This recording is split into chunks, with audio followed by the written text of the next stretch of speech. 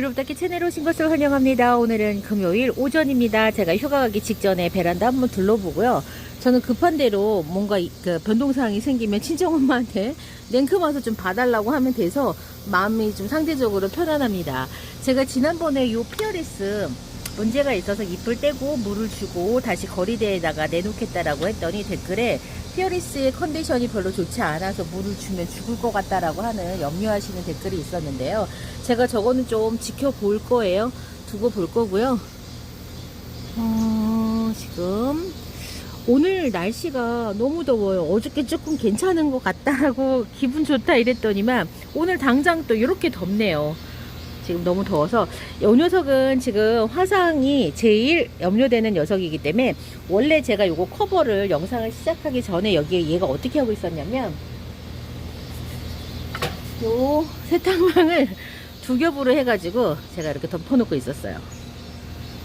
세탁망을 이렇게 해가지고 저기 밑에까지 하는 이유는 저기 호빈염자가 화상을 좀 입더라고요. 그래가지고 호빈염자까지 얘는 둘 이렇게 딱 덮어놓고요. 이 위에다가 제가 다시 이제 모기장을 칠 겁니다.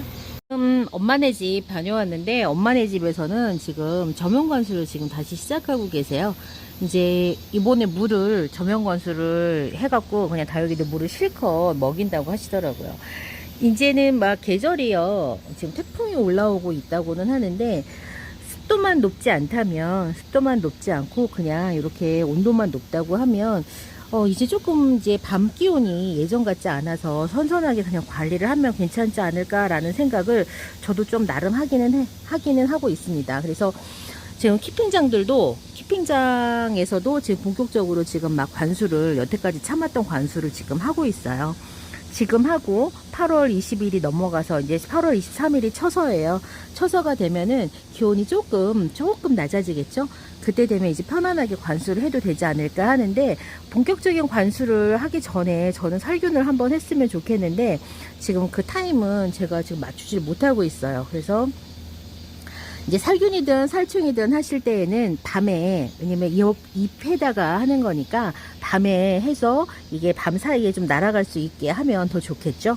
우리가 칼슘제를 쓰는 거를 저는 칼슘제가 여름에 칼슘의 흡수를 돕고 칼슘의 흡수를 돕는 거는 조직이 단단하게 하는 거여서 그래서 여름에 도포를 하는 게 필요합니다 라고 그렇게 이해를 하고 있었고 실제 그렇기도 한데요. 예전에 2018년도에도 대한민국에 폭염이 왔을 때 농촌진흥청에서 과수농가랑 농촌에 있는 농작물들을 보호하기 위한 그 대책으로 특히 이제 과수가 그랬었어요. 과수 농원에다가 미세한 미스트를 이제 설치를 해가지고 미스트를 계속 분무를 해라, 차광을 해줘라, 그리고 칼슘제를 줘라 이렇게 하는데 요 탄산칼슘제 있잖아요. 우리가 딱 만든 저 탄산칼슘제가 잎을 도포를 하면서 화상도 예방을 해준다고 하는 농촌진흥청의 그 보도자료가 있더라고요. 그래서 이 칼슘제는 보통 성장기에 봄, 가을에 해줘라 라고 하시는 유튜버님들이 많은데 오히려 농촌진흥청에서는 이 칼슘제는 여름에 하는 여름에 하는 영양제로 이렇게 소개를 하고 있어요. 저는 그래서 조금 더 이게 물론 과수도 아니고 뭐 밭작물도 아니지만 근데 화해라고 해가지고 좀 다르지는 않지 않을까라는 생각을 하거든요. 왜냐면 야채 같은 엽채류들 같은 경우에도 잎의 관상 가치가 있어야지만 이게 상품 가치가 있는 거잖아요.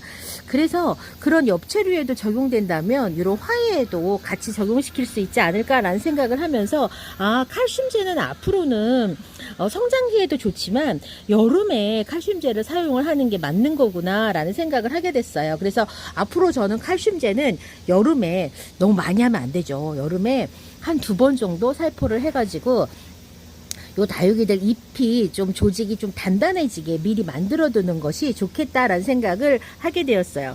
그것은 화상도 예방할 수 있지만 여러분 또 무름병도 예방을 할 수 있는 방법이에요. 무름병 자체는 다육이가 물르다고 물을 많이 먹었다고 생기는 그런 병이 아니라요. 다육이 외부에 생기는 상처, 그게 어디든 괜찮아요. 어디든 상처를 통해서 무름병 균이 침입을 하면서 얘네들이 무름병이 발병하는 거거든요.